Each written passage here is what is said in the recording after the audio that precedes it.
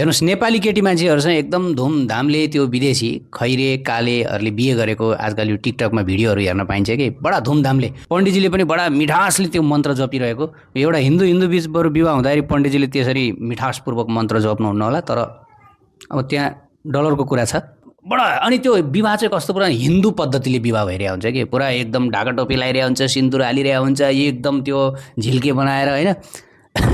म एकदम हाँस उठ्छ मलाई वास्तवमा यो सबै सनातन धर्मलाई सिद्ध्याउने खेल हो अब यो भन्यो भने फेरि त्यो कमेन्टहरू हेर्नुपर्छ कमेन्टहरूमा त सबैले ओहो रियल लभ ट्रु लभ एकदम प्रेम भने यस्तो हुनुपर्छ प्रेमले कहिले पनि देश हेर्दैन भेष हेर्दैन भनेर चाहिँ त्यहाँ पुरा बधाई दिइरहेको हुन्छन् कि त्यो कमेन्ट्सहरूमा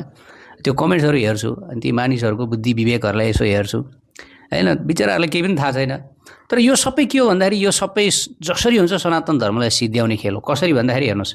अब यहाँ सनातन धर्मका जो केटा मान्छेहरू छन् हाम्रा छोरा उनीहरूलाई छोरी छैनन् अहिले तपाईँ हेर्नुहोस् बिहे गर्न नपाएर चाहिँ उहाँ 40-50 वर्ष बितिसक्यो उनीहरूलाई अहिले छैन तर यहाँका छोरी चेलीहरूलाई विदेशमा स्मग्लिङ गर्ने यो एउटा लिगल तरिका बनाएका छन् मान्छेहरूले लिगल तरिका वास्तवमा एउटा घोर पाप पनि हो अब यहाँ सनातनी बीच विवाह गराउँदा त उनीहरूको वर्ण मिल्छ कि मिल्दैन उनीहरूको गोत्र मिल्छ कि मिल्दैन उनीहरूको कुण्डली मिल्छ कि मिल्दैन उनीहरूको सामाजिक अवस्था मिल्छ कि मिल्दैन उनीहरूको यो हजार कुरा हेरेर विवाह गराएर मात्र त्यो विवाहलाई मान्यता दिएको हुन्छ शास्त्रीय मान्यता दिएको हुन्छ भने अब हेर्नुहोस् अब यो विदेशीहरूसँग जसको न कुनै गोत्र हुन्छ जसको न कुनै ठाउँ ठेगाना हुन्छ जसको न कुनै वर्ण हुन्छ जसको न कुनै होइन त्यो गर्न खोज्यो कि होइन त्यो सनातन धर्मलाई सिद्ध्याउन खोजेको अब के हुन्छ यहाँका छोरी चेलीहरूको स्मग्लिङ सबै विदेशतिर भइदिन्छ विदेशी कुहिरे खैरे कालेहरूले लगिदिन्छन् अनि त्यसपछि यहाँका केटाहरूले के गर्छन् बिहा त गर्नु पर्यो बिहा गर्नलाई के गर्छन् भन्दा यिनीहरूले उतातिरबाट ल्याउँछ हेर्नुहोस् विदेशी काला गोराहरूले यहाँका छोरी चेलीहरूलाई बिहे गरेको बाजा बजाउँदै लगेको हामी देख्छौँ त्यो तर यहाँका केटा मान्छेहरूले विदेशी केटीहरूलाई बिहा गरेर ल्याएको हामी देख्छौँ त्यो एउटा को गायक हो कि त्यो एउटा कलाकार त्यही एउटा दोहोऱ्याइ तेह्रै उसको मात्र देखाइरहेको हुन्छ त्यो पनि सही होइन हाम्रो सनातन धर्ममा के भनेको छ भन्दाखेरि सनातनीहरूको सङ्ख्या बढाउनको लागि सनातनी बीच विवाह गर्नुपर्छ र सनातनी बीच पनि कुल मिल्नेसँग विवाह गर्नुपर्छ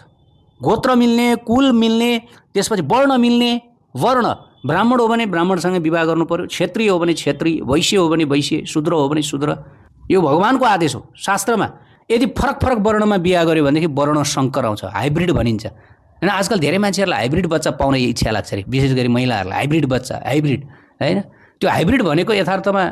अन्यथा नसोच्नु त्यो कामै नलाग्ने हो यथार्थमा त्यसलाई वर्णशङ्कर भनिन्छ यसमा त उसले पिण्ड पानी तपाईँलाई दिन सक्दैन एक हिसाबले भन्दा त्यो अन्तर्जातीय विवाह गर्नु भनेको चाहिँ त्यसबाट ठिक छ तपाईँले कानुनले दिएको अधिकार त उपभोग गर्नुभयो आजकल अन्तर्जातीय विवाह गर्यो भने त तपाईँलाई त अब सरकारले उपहार दिन्छ पुरस्कार दिन्छ तर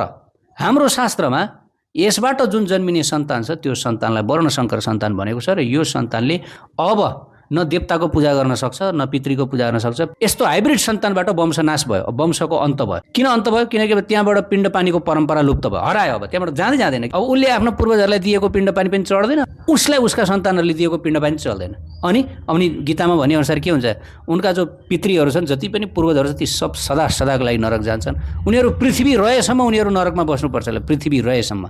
भनेपछि कति भयङ्कर यो पाप भइरहेछ समाजमा ल हेर्नुहोस् है र यसलाई राष्ट्रिय र अन्तर्राष्ट्रिय स्तरमा कसरी समर्थन गरिएको छ कसरी पुरस्कृत गरिएको छ यो घोर पापलाई महाभारतमा एक ठाउँमा के भनिएको छ राज्ञो वदम चिकीर्षित यस्तस्य चित्रो वदो भवेत् आदि पक्कस्य स्तेष्णस्य वर्ण सङ्कीरस्य च ल यसको अर्थ के हो अर्थात् राजाले तरबार लिएर गाउँघरमा आगो लगाइदिने चोरी गर्ने व्यभिचार गर्ने बलात्कार गर्ने र वर्णशङ्कर फैलाउने यी व्यक्तिहरूलाई मारिदिनु भनिएको छ यी भनेको घोर पापीहरू हुन् रे वर्णशङ्कर फैलाउने त्यो व्यक्ति यो समाजको सबैभन्दा पापी व्यक्ति हो रे ल यदि कसैले यो काम गरिरहेछ भने राजाले सिधै मारिदिनु भनेको छ यस्तो व्यक्तिहरूलाई मैले भने महाभारतमा भनिएको छ राज्ञो वदम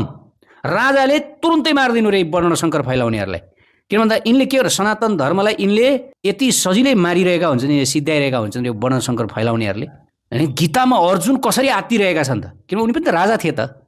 यो वर्णशङ्कर फैलिन्छ है वर्णशङ्कर यो समाजका स्त्रीहरू जब दूषित हुन्छन् उनीहरूबाट वर्णशङ्कर सन्तान जन्मन्छ र वर्णशङ्कर सन्तान जन्मिसकेपछि सनातन धर्म नाश हुन्छ पितृ पूर्वजहरू सदाको लागि नरकमा बस्नेछन् श्राद्ध पिण्डदानको परम्परा सधैँभरिका लागि टुङ्गिन्छ वंश नै टुङ्गियो के वंश टुङ्गियो हाम्रो सनातन धर्ममा वंश भनेको केवल बच्चा जन्माउनुलाई भनिँदैन वंश परम्परा भनेको श्राद्ध पिण्डदान परम्परा हो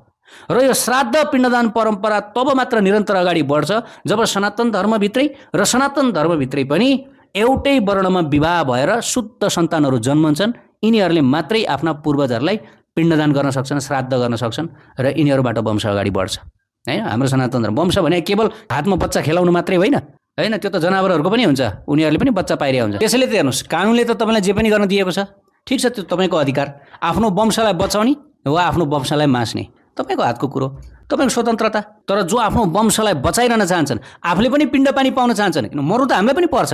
हामीलाई पनि हाम्रो सन्तानले पिण्ड पानी दिनुपर्ने हुन्छ भोलि।